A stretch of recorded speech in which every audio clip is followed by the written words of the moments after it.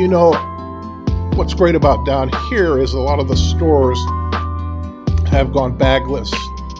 In particular, the plastic bags that are filling up the landfills and the oceans and choking off everything we see.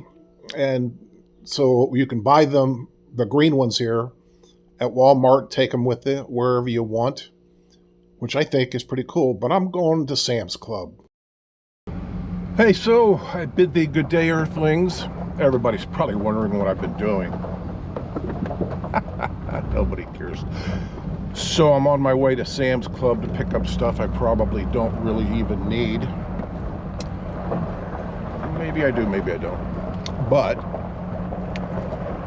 there's some things on my mind that I thought could be a little interesting. I got the electric bill yesterday, and it's 3,500 pesos, which is right around $200 for 2 months. And that would be a sticker shock to some folks, but I'm pretty much prepared for it. Mexico subsidizes electric bills for folks, but there's one billing period a year that we're in right now where you're paying 3,500 pesos a month. I think last year it was 3,200 pesos. Typically my electric bill is maybe 2,000 pesos, so you know, you're about $100 every 2 months, thereabout. One of the neighbors was screaming the other day, what the heck is all this? Well, you know what, even $200 a month isn't so bad. I guess they don't understand that no matter where they're at, when you leave a room, maybe you should turn off the electric heater that you got going on that is an electricity hog, and that you don't need to heat the whole house, just wherever you're at, and maybe just put a sweatshirt on or some sweatpants or something. It's got to be pretty cold for me to have the heat on. I usually turn it on about 3 o'clock in the morning. It's down to 50 degrees. Even then I could survive it. I wouldn't care.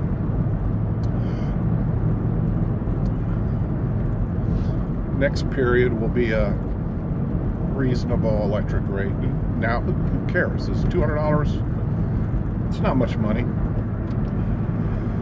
So one of the things that I have been thinking about for quite a while is, as I get older, everything's breaking, and that's pretty normal. I'm 68. My knees have been bad for a very long time. They're going to have to be replaced, but I got some things I have to do before that happens. I'm going to have some shoulder surgery too. It's kind of all part of the process. The reason I discuss this is that medical issues can be a real challenge no matter where you're at. And I had been thinking sooner or later I'm going to have to move back up to the United States as these things break down and I hit 70 and then 75. My care is going to have to be managed a little bit more, which brings me to an interesting medical issue that I had going on. My ears have been draining, both of them. I can't figure out what the heck is going on. I went to a regular doctor here. A lot of the pharmacies have a doctor right next door. And I like this kid. I've been to him before on minor issues, but he looked at the ears and said, well, I can't really see anything going on with the eardrum. You have kind of a buildup of wax, and we can deal with that. So for about $10, which included the visit and his draining of the wax out, and I saw it. It did. It drained out the wax for sure, but it didn't resolve the problem. And so I went to another doctor here that speaks English pretty well, and he looked at him and said, well, It's not an infection. And since both ears are doing it, it's not an infection. Usually that's one ear. Since it's both ears, my guess is that you are having allergy issues. Ah, okay. That makes sense. And as it turns out, I had some Zyrtec at home because in the springtime everything's blooming, and I had some Zyrtec to kind of mitigate the sniffles and whatever comes along with those allergy issues, which, gosh, I've really never paid attention to in my life. And then it's not so long ago, maybe 6 months ago, 5 months ago, I had to go up to the United States for my annual visit, which included a colonoscopy. Anyway, the doctors check everything. When I go in there, man, they check everything. And I had him check the ears, and he looked at him and said, you know, we can't really find anything in there. And he prescribed, you know, the wax buildup thing again. I came home and I started researching this a lot, and I came to the conclusion that what I was having were allergy issues, like the doctor said, the $40 Mexican doctor said. And so I started taking that Zyrtec, and it was clearing the problem up. I originally thought that the $40 doctor was out of his mind. He was just talking BS, but it turns out he was right. And I sent an email to my VA physician telling him that I'd figured out what was going on, and that it was allergy issues, and I was taking Zyrtec, and then they sent a prescription to me for essentially Zyrtec, several months supply, which I'm taking. And it, you know, this ear thing is just not constant, but you know, every once in a while it starts up, and I take the Zyrtec, and everything is okay. Which brings me to, as I'm contemplating maybe heading back to the United States eventually, there's doctors here too. You know, they can do the same things basically here that they can do up there. The reality is that if I get jammed up with something that's pretty serious, I think I can get triaged here and then sent back to the United States and have my bigger issue dealt with. But as I'm thinking about the United States thing, I go online and I kind of shop around at what the costs are. Now, you might remember some months ago I was shopping around for car insurance up in the US, and I was shocked at the amount of money that they wanted to charge me. And the reality is that I haven't had American car insurance in a long time. I have Mexican insurance on my car. That's $100 a year, but the United States wanted to charge me between $200 and $300 a month for liability, which I find insane. But you know, the whole car thing is just kind of a nuisance. I've got one. I don't really want one, but my costs are so low. What the heck, right? And then I started looking for housing. I'm a huge advocate for tiny living. Part of the convenience for me is that with my knees as bad as they are, I'm able to get from point A to point B in the house pretty easily. The other great thing about it is that my electricity bill is $100 every 2 months, usually. The other great thing about it is that while I own my home, I don't own the land, and that's $166 a month. In checking up in the United States, Yeah, you can buy land, and then you can buy, put a septic system on it and water and electricity, and you're running into a whole bunch of money getting that done. Or you can do like a lot of people do and move into a mobile home park. You can get yourself a tiny home there, or a park model, or whatever it is. And frankly, that's the way I would go, because I don't want to mortgage on a sticks and bricks. I don't want to live in a huge house. I've done that. I don't want to do it anymore. I'm committed to the idea of living small footprint, small bills, small conveniences. Everything is so much better. Well, that was kind of an odd turn, buddy. And I'm noticing that you can buy yourself a place pretty cheaply down there, but my concern is that you don't own the land there either, and these hedge fund companies like to come in and buy mobile home parks because they know that people are kind of prisoners. They're prisoners there. These mobile homes aren't so mobile. They're in there permanently. They're not going anyplace. I'm here at Sam's Club now. I gotta find a place to park. They're in there permanently. You're not going to pull your trailer out, generally. And I'm seeing that, the lot rent is anywhere between $500 and $1,000 or more. Well, I guess you got to pay a mortgage, or you got to pay rent somewhere. And that's probably as reasonable as anything else, but I'm not so keen into buying something that I'm just going to have to abandon when the venture capitalists come in and purchase the trailer park. And they know that you're a prisoner there. They're going to get you.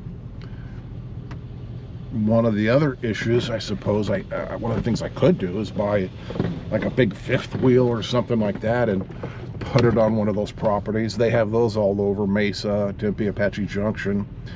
And when things become a little bit goofy, then I could just pick up and go someplace else.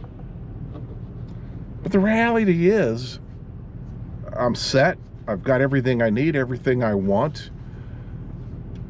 My medical health is pretty good, aside from arthritis, falling off my bike and messing up my arm. But there are everyday things that can happen anywhere.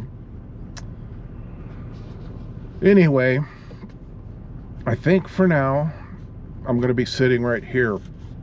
Part of the issue is a thing called hedonic adaptation, which means that your brain gets used to things.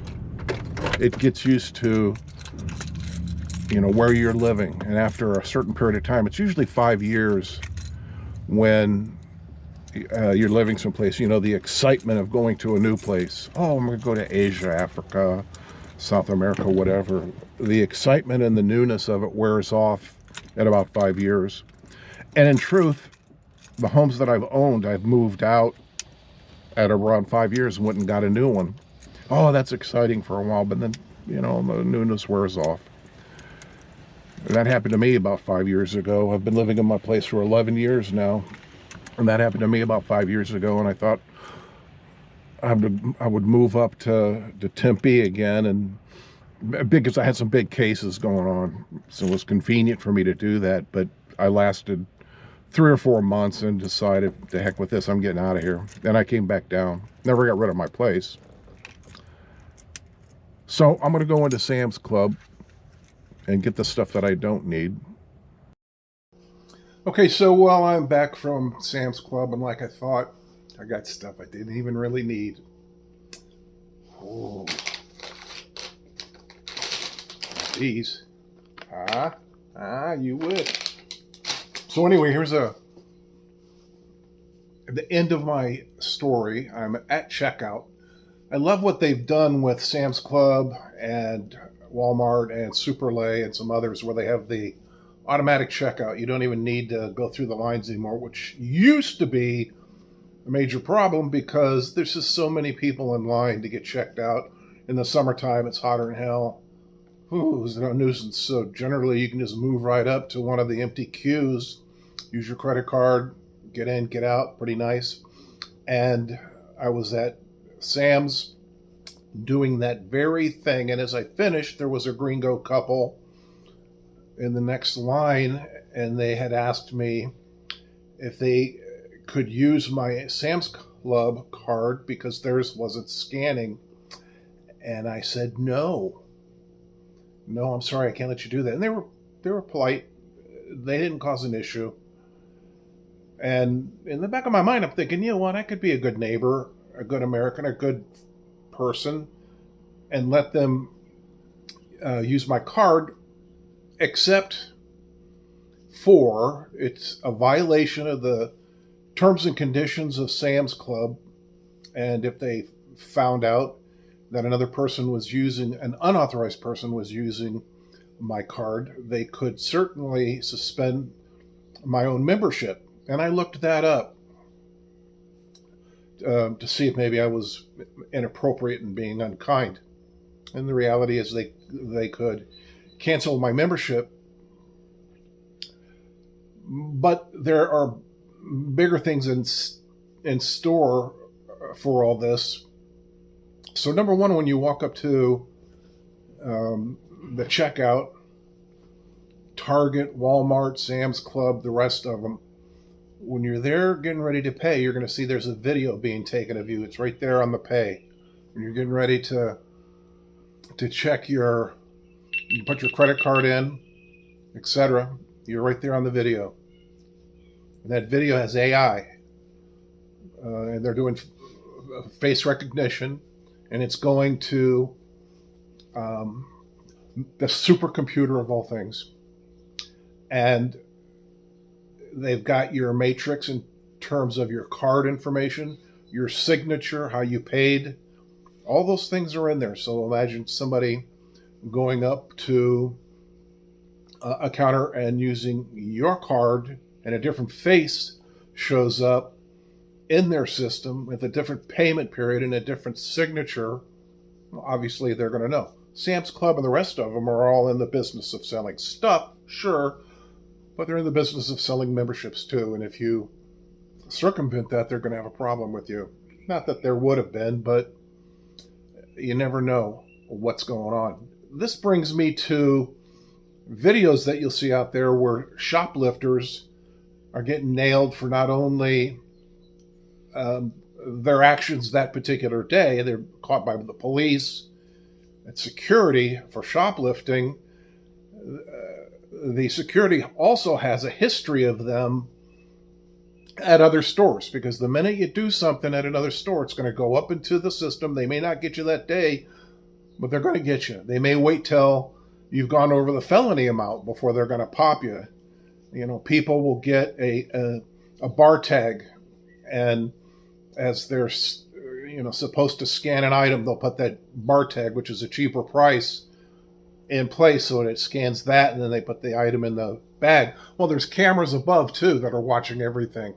Everything is being videotaped everywhere, and AI is watching everything, and it is going to become even more so.